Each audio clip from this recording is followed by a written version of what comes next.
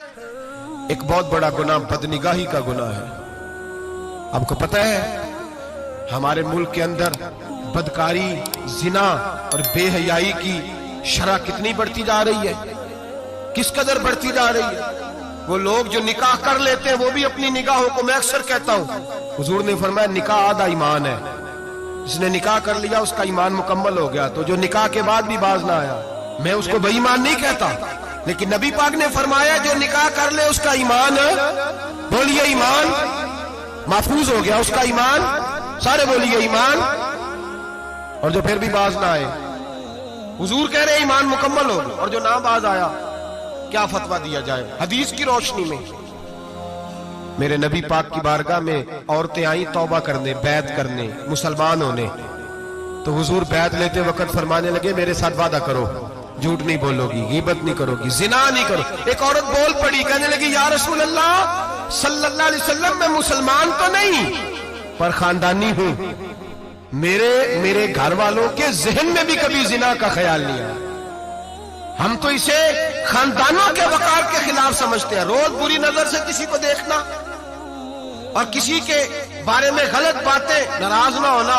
بہت سارے بوڑھے بھی لذت لے لے کے جرم بیان کرتے ہیں، گناہ بیان کرتے ہیں، غلط باتیں کرتے ہیں، کسی عورت کے بارے میں تبصرہ کرتے ہیں۔ کیا سمجھتے ہیں مرد اور عورت معاذ اللہ تعالیٰ ایک کمرے میں جا کے بدکاری کرے تو وہی زنا ہے؟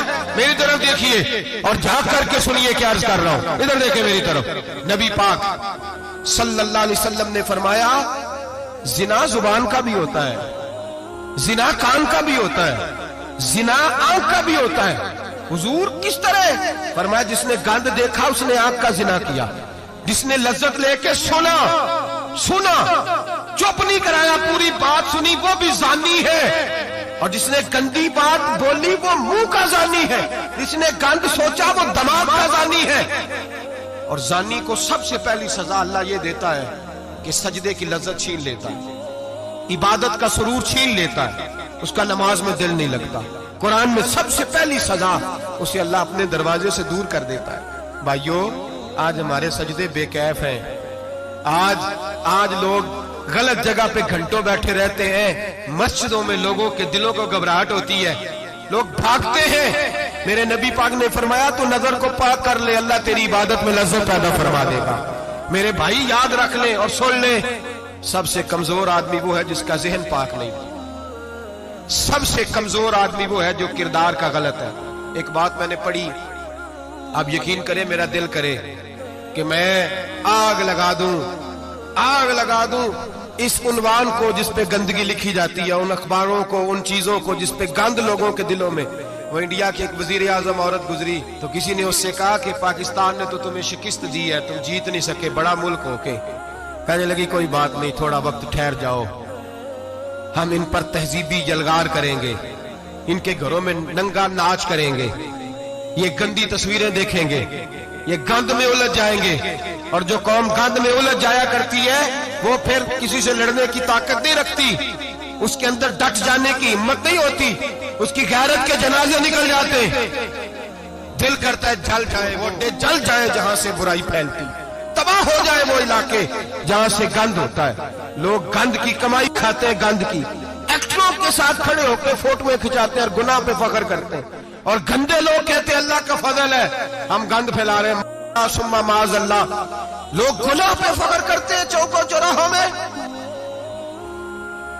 محمد بن قاسم آئے ہندوستان پہ راجہ دہر کے مقابلے میں، نوجوان میری طرف دیکھیں اور صحیح ہو کے بیٹھے، خاصے صحیح ہو کے بیٹھے، تقریر نہیں کر رہا، جذبات کا، میرے جذبات سنیں، دل کے پھپولے جل رہے ہیں سینے کے داغ سے، اللہ کی قسم روح کی گہرائی سے بات کر رہا ہوں، وہ بات کر رہا ہوں جو سینہ کہہ رہا ہے کہ پھٹ جائے اور کہنا نہ پڑے۔ قرآن و حدیث پڑھتے ہیں اور پھر اپنا حال دیکھتے ہیں تو لگتا یہ ہے کہ عذاب قریب آ گیا ہے، لگتا ہے زمین پھٹنے والی ہے، آسمان گرنے والا، لگتا ہے قریب آ گیا ہے سارا کچھ۔ سمجھے کیا عرض کر، یہ بات اگر آپ سمجھ گئے تو قیمت وصول ہو گئی، اس کو سمجھ گئے تو سمجھ لیں آپ کے مزاج کے اندر اللہ نے تبدیلی پیدا کر دی۔ محمد بن قاسم 18 سال کا جوان، ایک عورت کی عزت پر راجہ دہر ہندو نے حملہ کیا، محمد بن قاسم بچانے آئے۔ جب ہندوستان آئے فوج تھوڑی تھی، علاقہ تھوڑا تھا،